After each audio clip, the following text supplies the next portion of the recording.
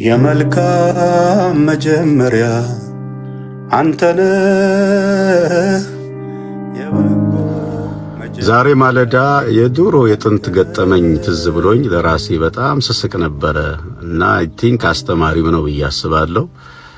እሱን እስቲ ላጋራችሁ። አይሲ ወይም ኢንተርናሽናል ኢቫንጀሊካል ቸርች ኢቫንጀሊካል ቴዎሎጂካል ኮሌጅ የሚባል ሳር ቤት አካባቢ የሚገኝ እዛ እንኖር እንደነበረ በተለያዩ ምስክርነቶች ሰምታችኋል። መጽሐፌም ላይ ያለ ይሄ ታሪክ እና ከሱ ተሻግሮ መንደር ውስጥ በጣም አስቸጋሪ የነበረ ሰፈር አለ። ማለት ልክ አንዳንድ ቦታዎች ስያሜ እንዳላቸው እሪ በከንቱ ሲባል አሁን ሰማለሁ። ፒያሳ አካባቢ ሌላም ቦታዎች ይሄም እንደዛ ተብሎ ይጠራ ነበር። መሸት ካለ የተለያዩ ወንጀሎች ይደረጋሉ። ጉልበተኞች ነበሩ በጊዜው።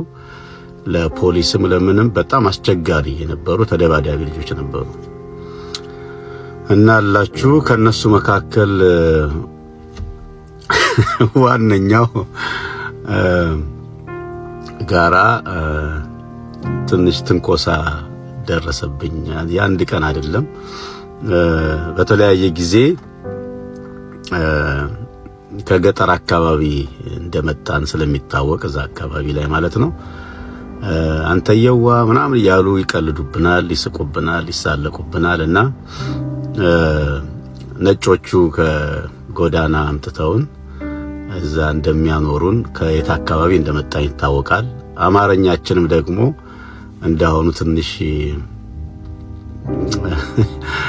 ሽርፍራፊ ነበረው። ትንሽ ቅላጼዎች ምናምን ነበሩት። አይ ቲንክ አሁንም አለ ብዬ አስባለሁ።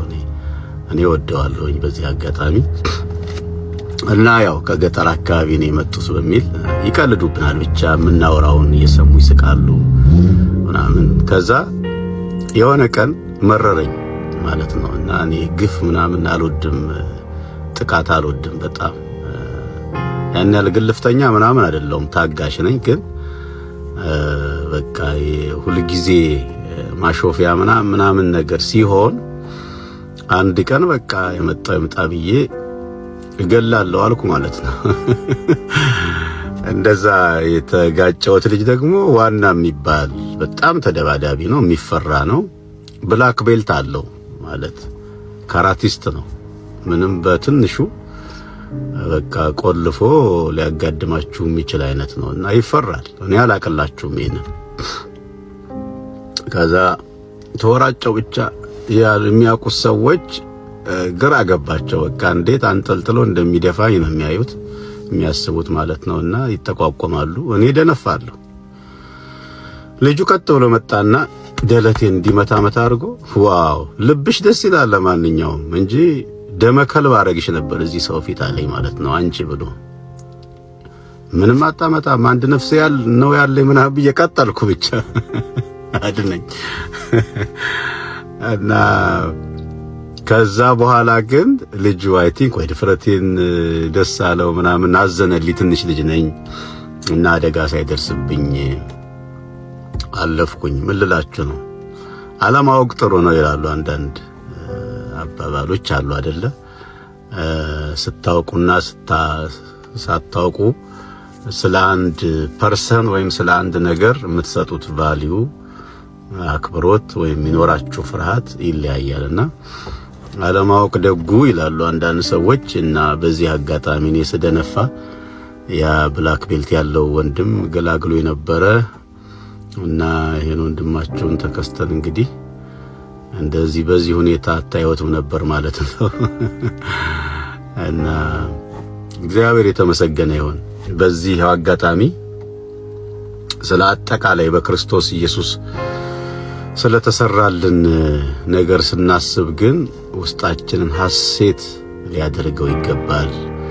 ደስታ ሊሰማን ይገባል። ፍርሃት የሚባል ሊኖርብን አይገባም። ምክንያቱም ያለቀ ውጊያ ውስጥ ያለቀ ግጥሚያ ውስጥ ስለሆነ ኢየሱስ የከተተን ድል በመንሳቱ ይላል አይደለ? ድል ለስቶልናል ኦልሬዲና ይሄን ሳስብ ምን ትዝ ይለኛል መሰላችሁ? እኔ ኳስ ጨዋታ ስለምወድ አንዳንድ ጊዜ ፕሪሚየር ሊግ ላይ አሸናፊ ቡድን ብዙ ነጥቦችን ይሰበስብና በብዙ ርቀት ይመራል። ከዛ ልክ ዋንጫውን ቀድሞ ይበላል ማለት ነው። ኦሬዲ ድሉ አልቋል፣ ተጠናቋል። በእንትን ደረጃ በሽልማት ደረጃ የሆነ ጊዜ ላይ ዋንጫውን እንደሚወስዱ ያውቃሉ። ግን ጨዋታውን ለማሟላት የግድ ኮታው መሙላት ስላለበት የተዘረዘረው የጨዋታ መርሃ ግብር ለማካተት ይጫወታሉ እና ሲጫወቱ ተመሳሳይ ከዚህ ቀደም ይጫወቱ የነበረውን ጨዋታ ነው የሚጫወቱት። የሚያውቁት ክለብ ነው። ግን ይሄ ለማሸነፍ እንዳዲስ የሚያወጡት ኢነርጂ፣ የሚያወጡት ጉጉት፣ የሚያወጡት መፈላለጥ ምናምን የለም። ቢካዝ ዋንጫው ተበልቷል። ኢየሱስ ክርስቶስ ጌታ ነው። ኢየሱስ ክርስቶስ አሸንፎልናል። ዓለሙን አሸንፎታል። ሰይጣንን አሸንፎታል። ጠላትን አሸንፎታል። በሽታን አሸንፏል። ማንኛውንም ነገር ጥሩት አሸንፏል። በተሸነፈ ዓለም ላይ ነው ያለነው። ኦልሞስት ተሸንፏል። ግን እንጫወታለን። ግን ቁጭ አንልም፣ አንተኛም። የተሸነፈ የተበላ ዋንጫ ላይ ልክ የማንቸስተር ተጫዋቾች ወይም ቀድሞ ነጥብ የሰበሰቡ ቡድኖች ዘና ብለው ኮታውን ለማሟላት እንደሚጫወቱ ሁሉ ዘና ብለው ስላችሁ ዝም ብሎ ነውለል ሆኖ እግሩ እንዲሰበር ዝም ብሎ አይሰጥም። የሆነ ነገሩ አካሉ እንዲጎዳ እንደዛ ይሆናል ማለት አይደለም። ግን አሸንፈዋል። የተሸነፈ ነው። ግን ኮታውን ደግሞ ለማሟላት መጫወት አለባቸው። ለፋኖቹ ሲሉ ይጫወታሉ። ለሚደግፏቸው ሲሉ ቆንጆ ጨዋታ ሊጫወቱ ይችላሉ። ግን ዋንጫው ተበልቷል። በክርስቶስ ድል በመንሳት ለሚያዞረን ለኢየሱስ ክብር ይሁን። ወዳችኋለሁ።